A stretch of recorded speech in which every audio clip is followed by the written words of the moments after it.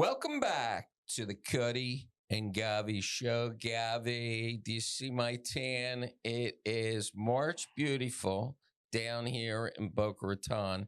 The only problem is the traffic is brutal. I go to the gym every morning or 5 mornings a week in Palm Beach Gardens. The traffic coming back is torturous. I can't wait till the car carriers start coming and everybody starts leaving. Anyway, Gabby, every week I say, what the hell are we going to talk about? Well, there's a lot. The Trump cabinet, but where I have a big problem, Elon Musk needs a suit and a tie. Yesterday, when they had the big cabinet meeting, all the cabinet officials, Elon was in there in a T-shirt and a hat. As I said before on the golf course, in the lunchroom, Trump always takes his hat off. If you wear a hat in the lunchroom, they toss you out if you won't take it off. It won't be like Tony Soprano where he comes over and starts screaming at you. So, Gavi, Elon needs a suit. Vlad from Ukraine is coming here on Friday. You better be wearing a friggin' suit, not the green fatigues. Well, a couple of things. First of all, Elon and Trump, you do realize there's a Trump store online that you can go to that sells all his merchandise. Does he have suits? No, but he's selling everything Musk wears is for sale. So there's even a hat that says Trump was right about everything. The red hat that says Make America Great, it now says Trump was right about everything. So they're selling stuff. So he's like a billboard. As far as Zelensky wearing his army fatigues, I think he actually traded that in. I think the last time he was in Paris, he went to Giorgio Armani, bought the Bruno Cuccinelli, bought the black label, and he's ready to move to Paris. He's already shopping for where he's going to live. So what do you think about what Elon's doing? He's now emailing people to see if they work there, if they respond. Think that's a good idea? It's a great idea. You know what? If let's say I'm stealing money from my company or the federal government or whatever, can I respond to whoever I'm hacking's email? Can I fake like it's for me? Let's say I'm getting a check from Joe Smith. It's Joe Smith. I'm not Joe Smith. I'm Cutty. That's Govy. So let's say I'm getting a check. Can I respond to the email? Maybe you can, but the only thing I could tell you is we're talking about Elon Musk and his supporters. So his supporters that I'm not talking supporters, his Doge people, they're pretty tech savvy. So, they can maybe look in. Figure it out. Maybe they know if it's real, not real. I don't know. I wouldn't want to play that game in case, it's like a lawyer that asks you a question when you're on the stand. They already know the answer.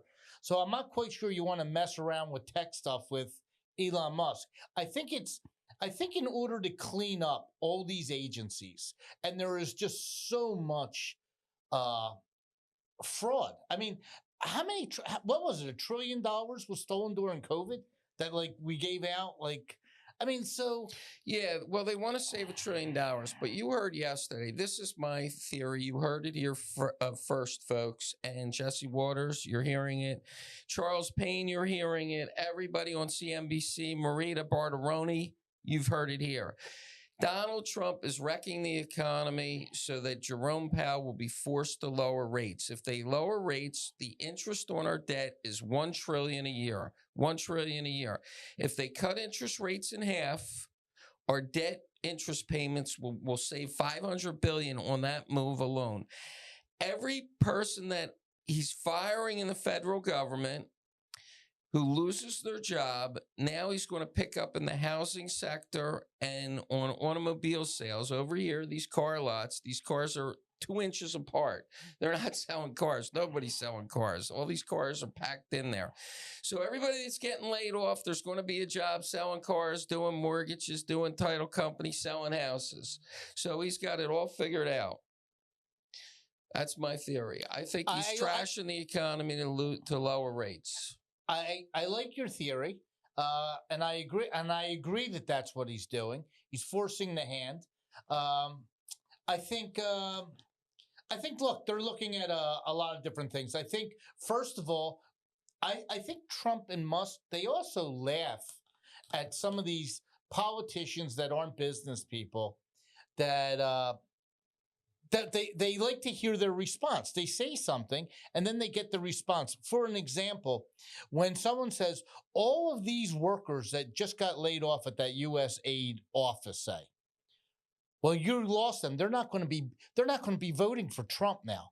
They lost those. Virginia, they weren't voting for Trump anyway. Right, the lieutenant governor. Yeah, like Youngkin is a term limit, so they're going to vote for the woman that is the lieutenant governor, who's very good. They're saying, oh, they won't vote for her. Well, they were never voting for them. They were Democrats. The best thing that could happen is that you flush these Democrats out of Virginia, that they go around the country wherever they're living now anyway, and Virginia becomes a red state. So, I mean, that doesn't exactly scare Donald Trump that you're getting rid of Democrats. The Washington Post, they were losing 100, 200 million a year. He just finally said, hey, we got to call balls and strikes here. It can't just be one way. You have Rachel Maddow complaining about Doge. Her whole company was just doged. MSNBC got rid of Joy Reid, got rid of 4 other anchors, plus all the staff that's around there. You got to turn around and say, CNN is getting rid of some of their people. CBS, NBC got rid of Lester Holt, basically got done. Nora O'Donnell from CBS. You know, do you see how much money these people are making? Yeah, but here's the best part. Rachel Maddow, who's sitting there complaining that they got rid of Joy Reid and this, she makes $25 million a year to work Monday nights. One night. More. That's almost as much as you, Govy, for this one podcast. 25 million. Here's what I don't get. Not one person in the media can turn around and say, Rachel, you don't have that many people that they got rid of that were helping your show and everything. Make $15 million. Make $15 million. That should be good enough for you. 15 million is a lot for one day. Take the other 10, spread the wealth, and keep everybody you got. Well, are these people really that bright? Remember when Don Lemon got fired? He gets hired by Elon Musk, and then he abuses the guy on his podcast. I mean, are they that bright? But he was fired in 5 minutes. Yeah, it was the quickest firing I think Elon Musk ever had. Right, but there is an off ramp for all these people. Tucker Carlson left Fox, got a big job on a podcast. Joe Rogan, huge podcast, 40 million a year. Megyn Kelly, huge podcast. Except they had big followings. Huge podcast earner. Big followings can do that.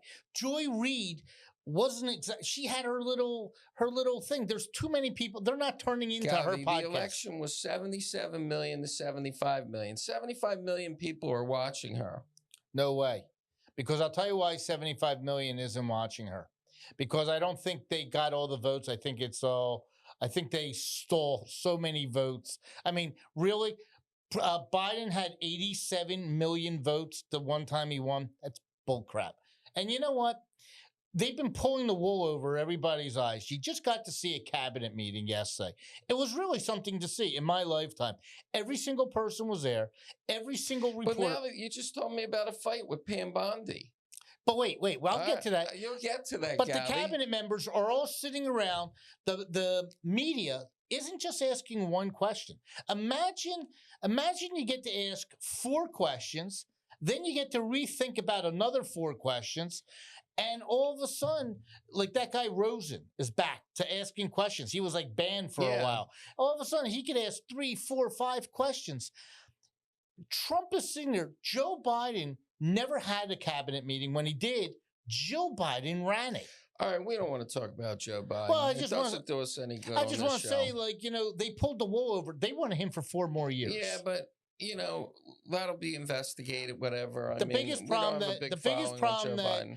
problem Trump has with his cabinet is they're also friendly, and they're also friendly with Fox. Just like Laura Ingraham went to Guantanamo Bay yesterday with Pete Hegseth. And then Jesse Waters had Pam Bondi on his show last night. And he's basically, well, do you have anything to say, Pam? And Pam says, yes, the Epstein tapes will be dropped tomorrow, meaning today. Jerome Epstein. Jeffrey Epstein. Jerome Jeffrey, yeah. Pedophile Island Epstein. So all of a sudden, what happens? It doesn't get dropped because the FBI director, Kash Patel, isn't releasing it right now. Pam Bondi had to get on the phone and say, you release them now. So now you have to read between the lines. Kash Patel, they're friendly.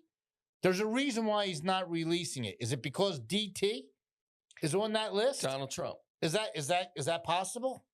Well, I just can't imagine they could miscue it up. Pam Bondi said the list is on her desk. She had to look at it.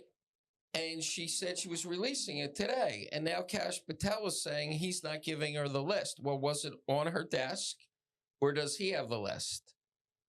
You know, right. That opens them up to criticism. And then who's on the list? Or then is it going to be selective? Right. 250 people are on the list. Right. Could Kash Patel have a friend of his on the list that he wants to say, Pam, I have the list right now. There's 3 people I know that I got to take off of this. So if there's 250 people on the list, they know half the people. I mean, there was 250. No, there was 250 people, victims. I don't know how many were. You're right. 250 victims. You're right. But let me ask you this question: If I was on Epstein's plane once, does that mean I'm a pedophile? I've never been on his plane, folks. But I'm asking: if you were on 30 times, does that make you a pedophile? Yes. If I went to Pedophile Island 30 times, yes, I'm a pedophile. But if I got suckered into a trip, a boys' weekend or whatever, on it once, I don't know that you can ruin my life over that, can you? Cutty, I was never on it, folks. That's a hypothetical. Cutty, when you had a jet, and I got to tell you something. If you flew with you on the jet, you were a good guy. You took people, and they could have been a one, maybe twice. If I saw someone on your jet 30 times, I would say that you're pretty close to that guy. Yeah. Because you got to put their name, the tail number. You're pretty close. You're on that.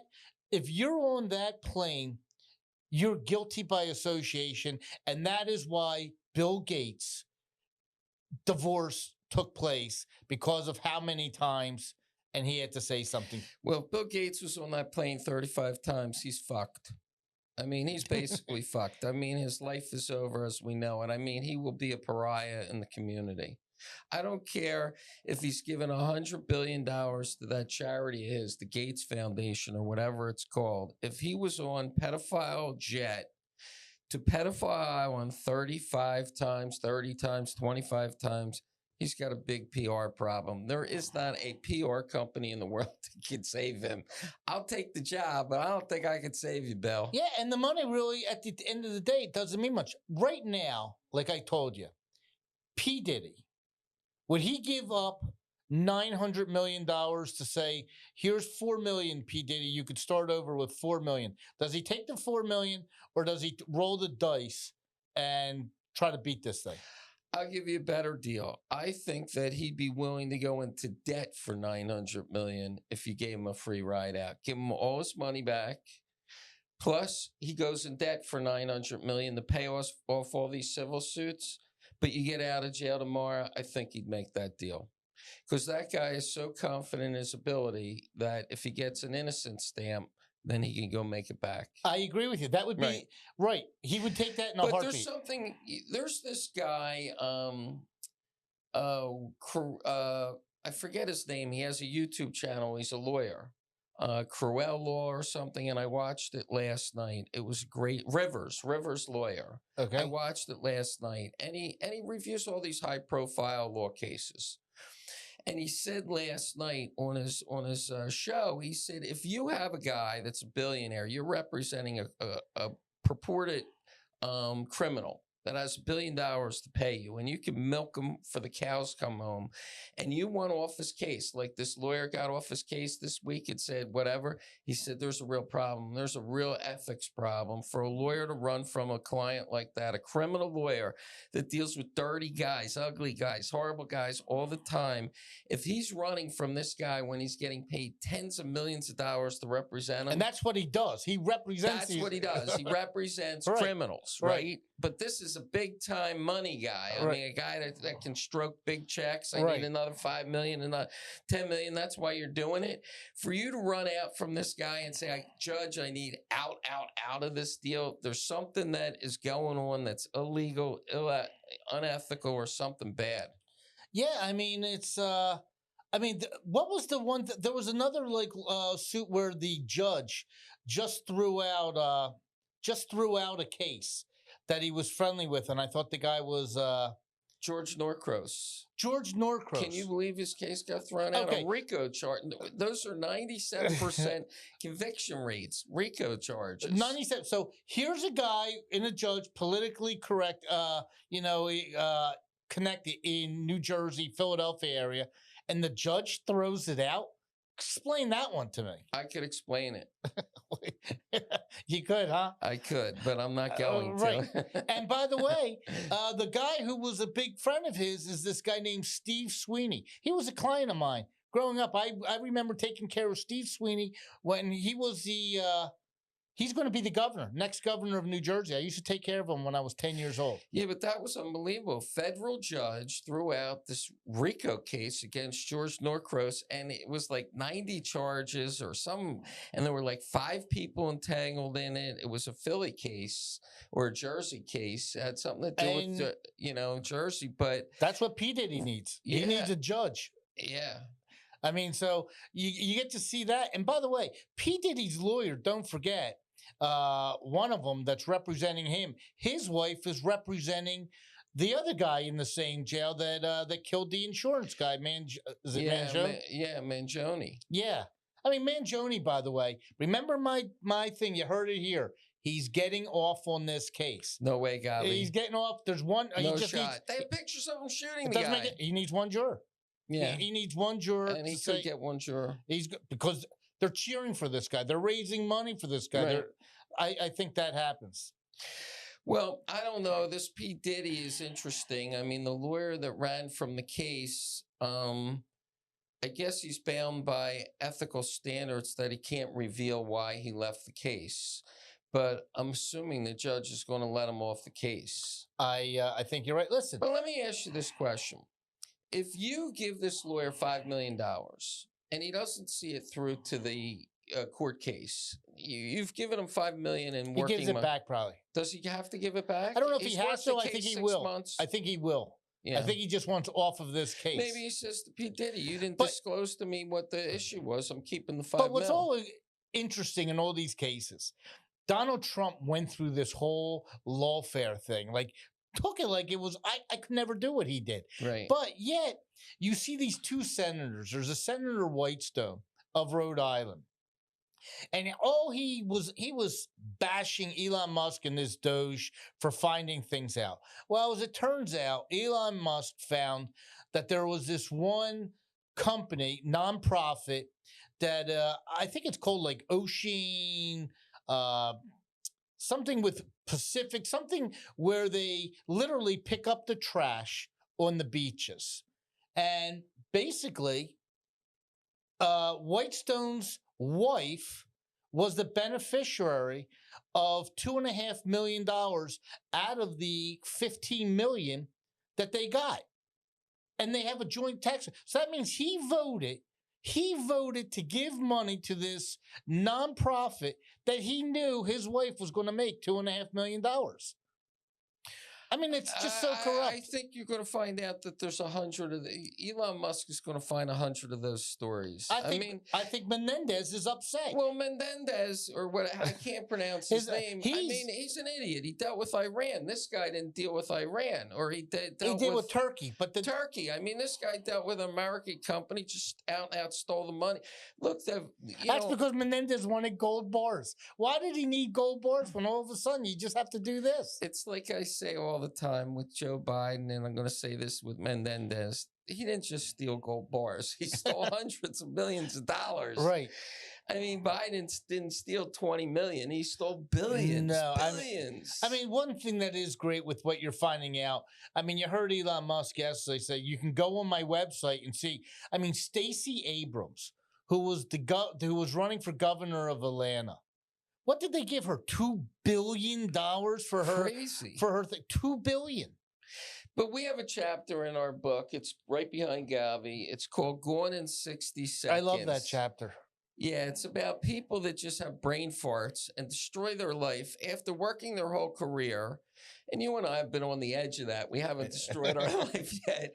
We've managed to teeter off the edge. But I mean, how about this Maine governor talking up to Donald Trump in that thing in the governor's meeting? I mean, I'll see you in court to a guy. Women in men and women's sports. I mean, what is she, retarded?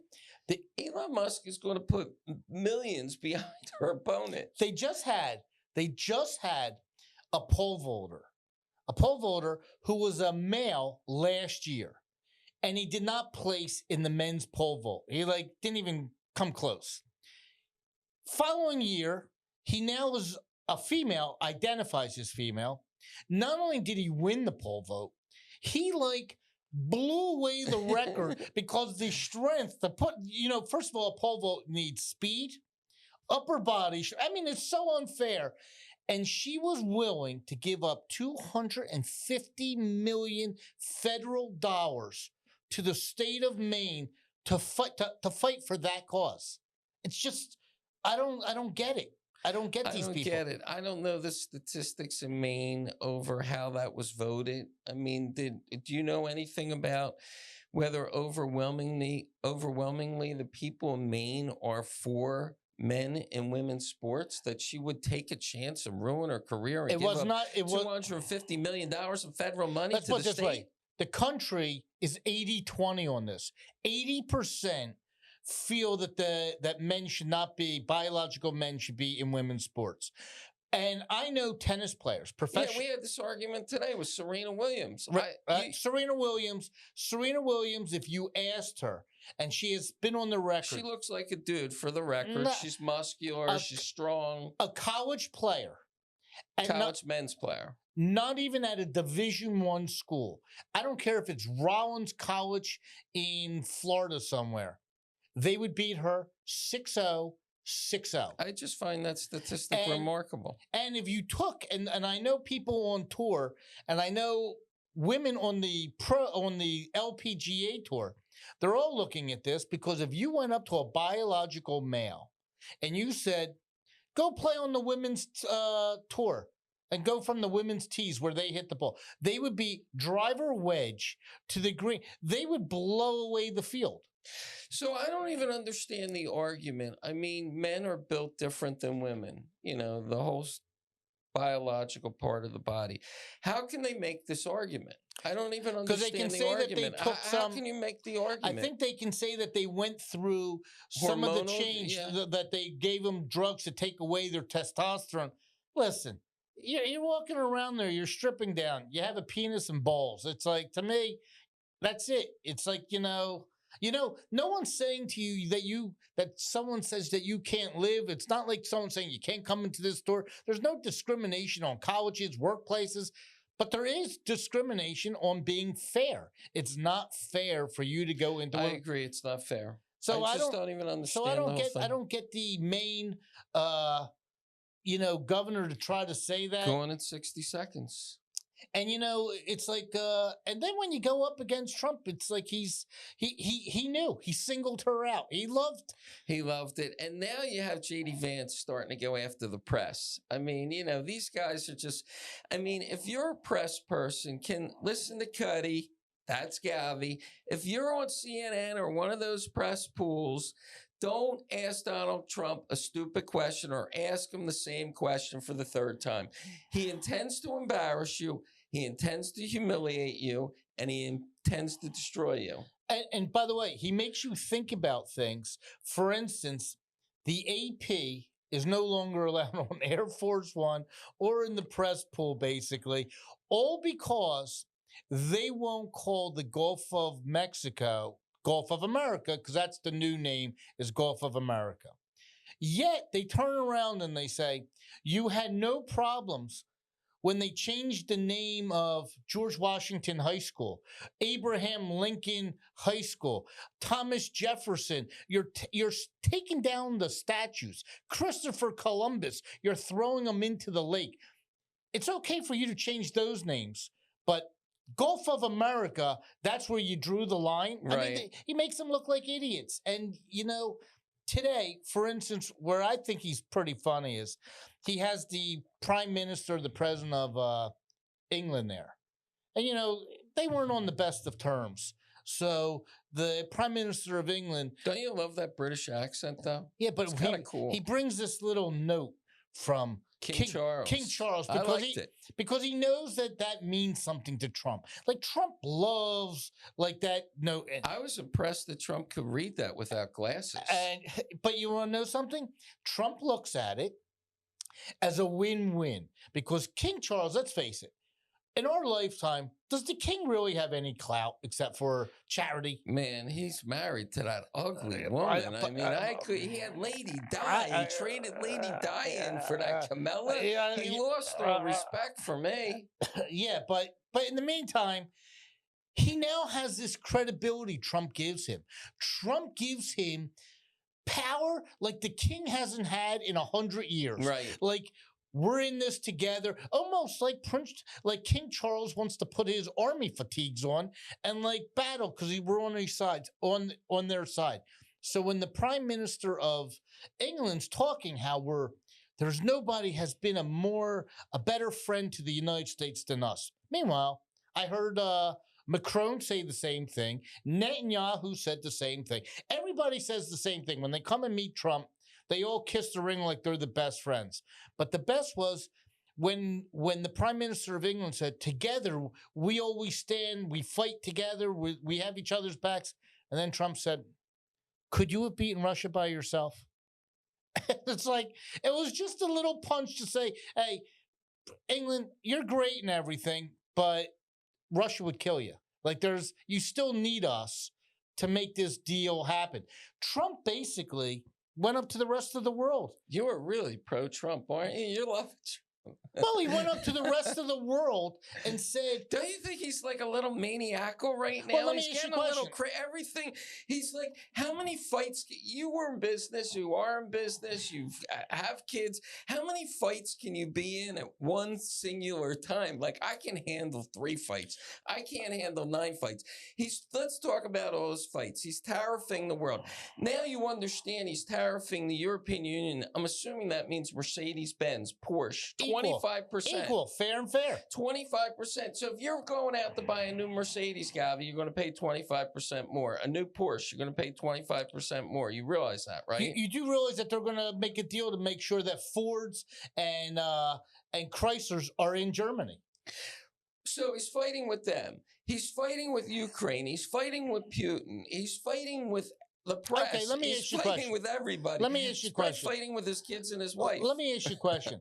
When Joe Biden was president, when Joe Biden was president and they had the G7 conference, this guy's wandering in the woods. We don't care about Joe Biden. He's done. But when Donald Trump comes to the G7, right, he pushes everybody out of the way. I know. That I'm front and center. So basically, he took charge of this Ukraine-Russia war. The war was still going on. Well, how's he going to settle this war? He's going to go up to Zelensky and he's going to say, basically, take the $5 billion you stole, move to Paris, go find a mansion over there. No, he's going to say, we're taking your rare earth. You're going to give back X amount of land that you're going to have to give back now that they took. And that's the best deal. And why is Putin going to be happy with that? Because he got some land. He got some land. He lost billions of dollars. Zelensky's gone. Kids. Zelensky's gone. Got the land. You know, it's going to be. Listen, he didn't win. Who's going to rebuild Ukraine? I mean, are the Russians going to pay for that? No, I think maybe the United States will. They'll pay them through rare minerals, and they'll be American contractors. By the way, when Trump had I hope you're right. I don't see when Trump had to find out that that Europe got a lot of their money back on a loan. And the United States was giving it as like a gift. Yeah, it was that ticked him off. Right. So all of a sudden he came out with rare earth. He's having another fight. Well, he came out with rare earth. No, I believe what happened. So this rare earth, I think this is my theory. This rare earth they need to make the batteries for Tesla electric cars. And Elon said to the Donald DT, yo, dude, we don't have any of this crap in America. They have a lot of it in Ukraine. We need it to build these lithium batteries, this rare earth. Go get it. Go make a deal. I think this is Elon's idea. Trump's not giving Elon credit for this. Speaking of Elon and them batteries for his car, Tesla stock is down right now. Right, down a lot. Let me ask you a question. Is it not the best time to buy this stock? I mean, how can he get hurt? How can all Trump has to do is make one thing and it can go up 30, 40 points, 100 points. He could say tomorrow, we're going to allow one car company to have autonomous cars. It's Tesla, and the stock goes to $600. But the question is, how much pain are you willing to take if you buy it today at $285 and it goes to $185 before Trump turns it around? I mean, long term, yeah. If you treat it like I'm buying it today and I'm going to Costa Rica for 4 months. You got Trump in office. It's going to be sometime in the... It will be $1,000. Sometime in the 4 years. You have to buy the stock. It's a question of if I take, $1 and go buy the stock today, can it go down another 100 points? You saw that Biden was throwing money out at the very end. 10 billion for here, 10. Why can't all of a sudden he goes, you find out, oh, Starlink, we need that Starlink. Here's 10 billion. Oh, that Neuralink? Here's another 15 billion for Neuralink. It's a great company. Right. I agree with you, Govy. You're a stock picker. I mean, it's a question of how much pain.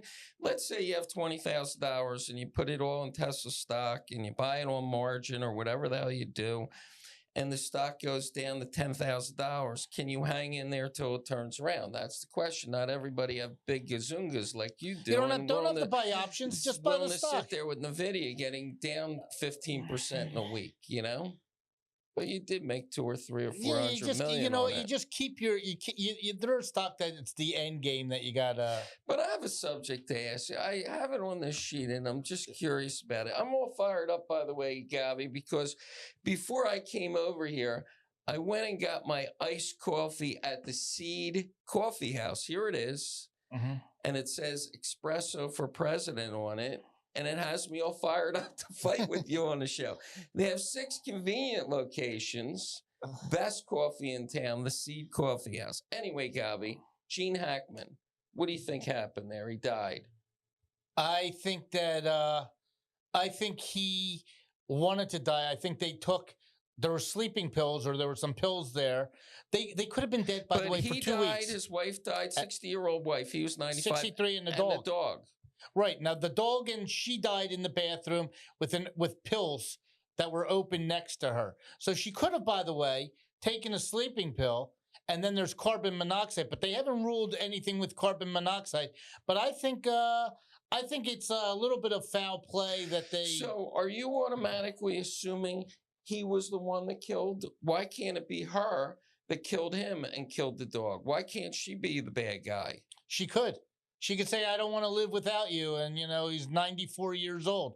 I don't think he was. I think she killed him. She might have.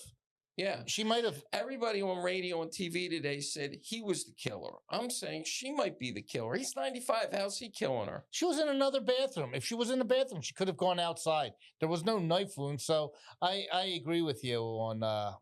She might have been the killer. But why kill the dog? Well, the dog's not going to talk. Who was going to take care of the dog? Well, they all go together.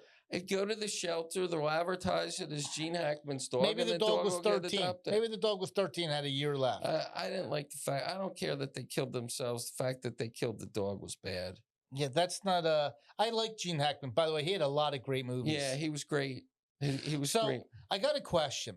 Go ahead, Govy. I don't want to We're coming to the end of the show. It's little things. Like today, the weather down here is gorgeous. Right. You smell the roses. Everything's good, right. what could go wrong, like so far in your daily life? And then about like 5 months ago, my wife was at the store and she picked up toilet paper for the house that we needed. And it was like Scott's toilet paper. You know, and it was like something that you would see. Like sandpaper. It would be like something. Like one ply, not thick. It not would be like Charmin. if you went to the Eagles football game, right. and God forbid you had to use the bathroom. Right. That's the toilet paper they supply you with. Nothing's worth, whether the toilet seat or the paper or the toilet paper. So I said, how, like, you know, like, you had to throw it out. So then. Can you double wrap it? And it was no big deal. So then we're in this situation. She was by the store. She said, you know, we're low on toilet paper, and she doesn't really go. She goes, what should I buy? Charmin. So I said, buy the double ply. So I said, get Charmin, whatever Mr. Whipple used to squeeze. I said, get the thing with the bear on it. I said, get anything that you see on a commercial, or get anything that's double the price of anything else you see there. I look at it like I'm 63 years old. That's something you use every day. At least just buy the best. She came home with like White Angel. I'm right back to this thing again. And, you know, of course, it's like 28 rolls. I said, listen, I'm not going through 28 rolls of this just throw it out. And like, she didn't want to throw it out. Well, was it cheaper, or they didn't have the nicer stuff? Or she doesn't remember. It doesn't mean, like, she thinks they're all the same. Yeah. But it's not. Scott's is not the same. No, you got to buy Charmin double ply. Yeah. I mean, you know, and it's whether every you're day. a cruncher or a folder, and you have to have the double, triple ply. So we start like going into a little battle. Like, well, why don't you buy the toilet paper? It was a fight. Oh, it was just a little. I could tell that if I wanted it to keep going, it would keep going. Then I'm sitting there saying, I can't. I don't even want to like argue over toilet. It's so stupid. You know what you should do today? When you go home, when you're in the bathroom, just start throwing rolls out of the bathroom into the living room, and you're screaming, "I don't want this toilet paper." I tell you where this problem originated from. I'll tell you what. I've never discussed toilet paper, but I'll tell you where it came from. COVID. There was. Do you remember when like you had to search out a market? Right. You take anything, and you were taking anything, and she was searching. So that was how it all started. By she grabbed something, and when you saw it, you were happy with it. It didn't. If she brought Scott's back then, you're happy. But now, come on, 63 years old. I don't want to deal with that. If I were you, I would go to the supermarket over there, buy Charmin triple ply, and just. Quietly take the 24 rolls out of the house. Don't tell her you're doing it, and replace it with the Charmin ply. That's what I got to do. And she will never know, and the problem's fixed. I mean, if she thinks we're two people, if she thinks we have to 24 rolls is a long time. I'm not going a couple months with this crap. I mean, I'm not doing it. It's like a couple months of being like of every day. You know, who wants to? But I'll tell you what. I'm going to give you my loser though for the week right now. He's a Philadelphian and he's an Eagle fan. Jake Tapper. Jake Tapper wrote a book that basically is blaming the media for covering up Joe Biden's mental decline, that they hid it. And yet there's these tapes of him arguing with Laura Trump, calling her names because she was telling him in 2020 that he's declining. On this podcast, we're 78 shows in? I think 83. 65 episodes ago, I told you he reminds me of my dad. Let me ask you a question. He has dementia. If you're an author, like the Melania Trump book is not selling well, because everybody, initially it came out, there were 200,000 immediate pre-sold copies. But since then, maybe she sold 10,000. You have to write juicy stuff. And everybody thought Melania was going to write something about the Donald, whether physical part of him, his hands, his feet, you know, everything else, or something else. She wrote nothing. You know, it was just a bland book. So Jake Tapper, in order to sell books, he has to do something. He has to. But he's not the only one. There's been 4 other books that came out literally a year ago on this subject. But he is Jake Tapper. Jake Tapper, who's late to the dance? I mean, really? This is who we should now listen to? But he'll sell a lot of books. I mean, it's a subject. I mean, everybody's curious about it. I don't disagree with you, but I'm disagreeing with you because I mean, he's got to put something salacious in there to sell books. But this is his subject is going to be on. Why don't they write something about Jill Biden? That would be more, how she really had the power or something. She was the president. She was running the meeting. Maybe somebody should, anybody, author Bob Woodward out there, do a book on Jill Biden and how she was the power behind who ran the government while Joe Biden was in office. And the media. And then the other loser right now is Columbia University. Boy, they are losers. I mean, I can't believe where they're back to this. My daughter went there. Honey, I'm really sorry about Columbia. I'll tell you what's going to happen. It's horrible. They're going to round up these people, and they're going to find out that 30 of these people are here on student visas, and they're not going to realize that they're going to be deported on a plane. And all of a sudden, they're going to say, how did this happen? I just don't even understand it. Why these colleges that are teaching young kids to be bright and successful and survive in this world are allowing this craziness. I mean, pick a zone in your college. That area over there, you can have free speech. You can argue. You can do anything you want. You can stand on your head. You can get naked. I mean, it's good over there, but you can't go in the classrooms. You can't disrupt students whose parents or they're on financial aid or paying $80,000, $100,000 a year for these kids to learn. You just can't do it. It's mind-boggling. It's mind-boggling. Like, it's coming here. They got the wrong. You're going to see a difference of the two presidents and the two cabinets. Don't forget, last time this happened with Columbia University, Joe Biden was in charge. I'm curious to see what happens here. The problem is all these schools have such huge endowments. They're going to get, like this Maine governor did, they're going to get indignant, and who knows what they're going to do. Not if you start deporting students. Well, I think you're going to have to do that. And I mean, you just can't have a disruption. Not when people financially are struggling so hard to put their kids through school. I mean, it's just such a project, financial aid or kids working at pizza parlors and bars to get through college. You can't have disruption like this. And another loser is the mayor of Los Angeles because he has a podcast now. Another one. That's the governor. The mayor, Bass, because what Trump said was going to happen is happening. The red tape of these people can't build their house. They can't even start it. They're talking about 24 months. They'll never get it done in 24 months. People are buying their places right now, the lots. Well, that'll work in your favor for your party, Govy, because what'll happen is that's the congressional elections in 24 months, and nobody's going to have their house started. These people are going to freak out. Then he wins California. And the winner is Fetterman.